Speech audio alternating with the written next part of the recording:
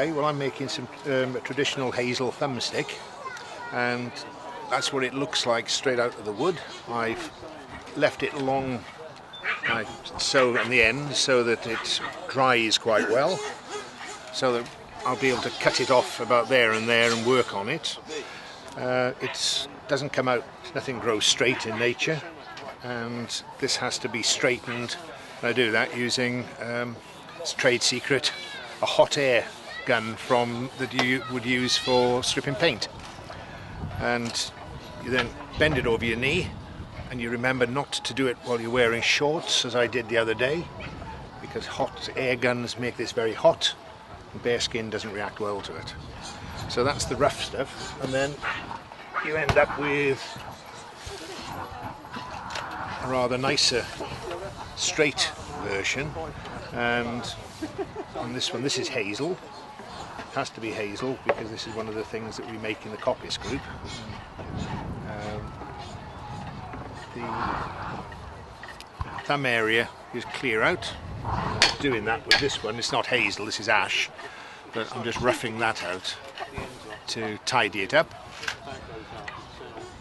And use a traditional shave horse for doing it because that holds it, and I've got my hands free and I can do what I like. And the tools I use, very simple, just a nice little knife and a little draw knife as well. It's very, very fine sandpaper, so it'll produce a nice fine finish, because the last thing you want with something like this is something that's going to irritate the thumb. So it needs to be reasonably smooth. I mean, you've also got other options, of course, because you could drill a hole, put a leather thong through it, which will allow you to keep hold of it. And the beauty of these things, of course, is that they are sustainable, and the modern aluminium poles are all very fine. If you're on a major trek, perhaps, but for general purposes, general use, one of these things, it's sustainable. They don't snap. It comes with a guarantee, unless it's abused, of course. If you get a really nice fancy piece that's been attacked by honeysuckle, and you want to put something on the top of it, that's ash to contrast with the hazel. That's jointed using, because this is quite thin, I've used not quite this thickness. This is 8mm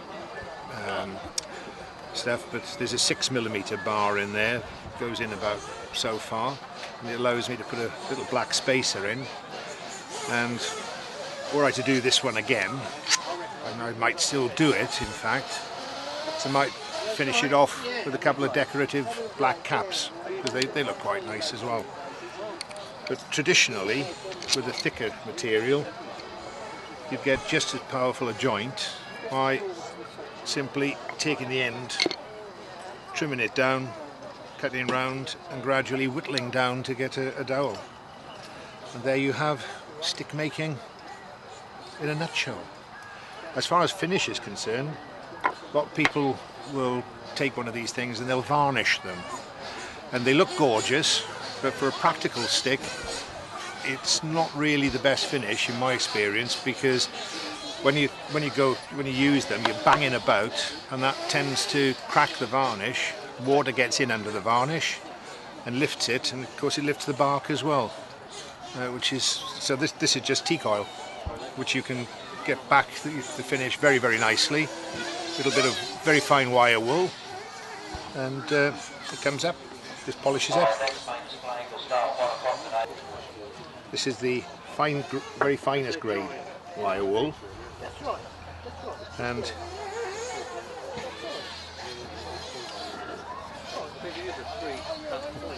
it just burnishes it a little.